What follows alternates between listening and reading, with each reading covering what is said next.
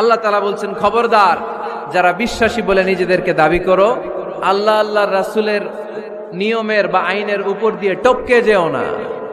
আল্লাহ আল্লাহ রাসূল যেটা বলেছে এটাই ফাইনাল, ঠিক কি না? রব্বুল আলামিন বলেন, ইয়া আইয়ুহাল্লাযীনা আমানু লা তুকদ্দিমু বাইনা ইয়াদাইল্লাহি ওয়া রাসূলিহি ওয়াত্তাকুল্লাহ ইন্নাল্লাহা সামিউন আলীম। পড়েন সুবহানাল্লাহ। আল্লাহ বললেন, যারা বিশ্বাসী বলে দাবি করো, খবরদার আল্লাহর দেয়া বিধান আর আমার নবীর দেয়া বিধান, এই বিধানগুলাই ফাইনাল। এই ফাইনাল কথার পরে মুমিনের কোনো কথা থাকতে পারে? আল্লাহ যেটা বলেছে, আল্লাহ রাসূল যেটা বলেছে সেটাই ফাইনাল। আওয়াজ করে বলতে হবে, সেটা কি? এটা ফাইনাল। এরপর আর নতুন কোনো কথা নাই। যখনই বলা হবে আল্লাহ বলেছে, রাসূল বলেছে, আমরা বলবো আমান্না সামি'না ওয়া আতা'না, আমরা শুনলাম, মানলাম, বিশ্বাস করলাম, আমাদের পক্ষ থেকে আর দ্বিতীয় কোনো কথা নাই, ঠিক কি না? এজন্য আল্লাহ বললেন, খবরদার আমি আর আমার রাসূল যেটা দিয়েছি সেটাই ফাইনাল। অতিরিক্ত বুঝতে যেও না, ওভার স্মার্ট সাজতে চেও না, আমি আল্লাহর দেয়া নবীর দেয়া বিধানের সামনে অ্যাডভান্স হতে যেও না, কারণ আমি আল্লাহ আর আমার রাসূল যেই নিয়ম দিয়েছি সেটাই ফাইনাল, সেটাতেই বরকত। কোন মুমিন বান্দাবান্দীদের কাছে যখন আল্লাহ আর আল্লাহর রাসূলের কথা বলা হয়, তাদের কাছে এটাই ফাইনাল, ঠিক কি না?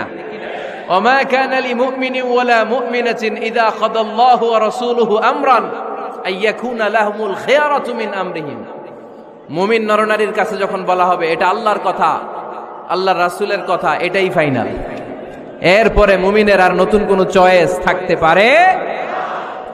আল্লাহ বলেছে 5 ওয়াক্ত সালাত জামাতের সাথে আদায় করো, এটাই ফাইনাল, ঠিক কি না? আল্লাহ বলেছেন, চুরি করলে চোরের হাত কেটে দাও। বিশ্বনবী জীবদ্দশায় চোরের হাত কেটে দেখিয়ে দিয়েছেন, চুরি করলে হাত কেটে দাও, এটাই ফাইনাল, ঠিক কি না? আল্লাহ নিয়ম জারি করেছেন, ও নারীরা পর্দা করে ঘর থেকে বের হও, এর উপরে কোনো কথা নাই, জোরে বলেন ঠিক কি না? আল্লাহ আইন করে দিয়েছেন, রমাদানের 29 দিন কিংবা 30 দিন রোজা রাখবা, এটাই ফাইনাল, এরপরে কোনো কথা নাই, জোরে বলেন ঠিক কি না? যারা সম্পদশালী হয়েছো, বছরান্তে 2.5% যাকাত দিবা, বিধানটা কার?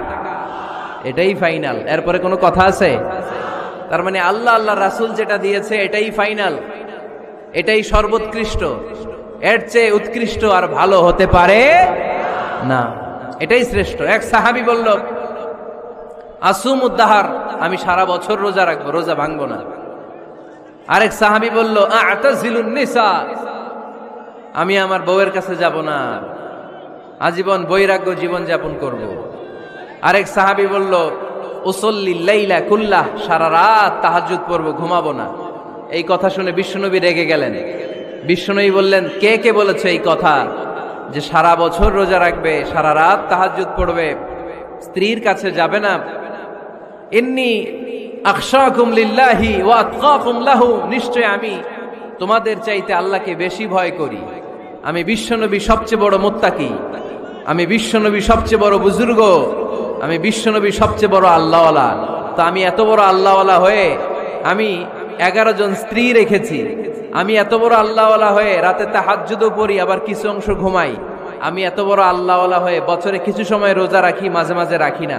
তা আমি ব্যালেন্স করে জীবন ধারণের পরে আমার আল্লাহওয়ালাগিরিতে কোনো সমস্যা হয় নাই, আমার নবী হতে সমস্যা হয় নাই। তোমাদের সমস্যা হলো কেন? তোমরা কোত্থেকে এটা শিখেছো?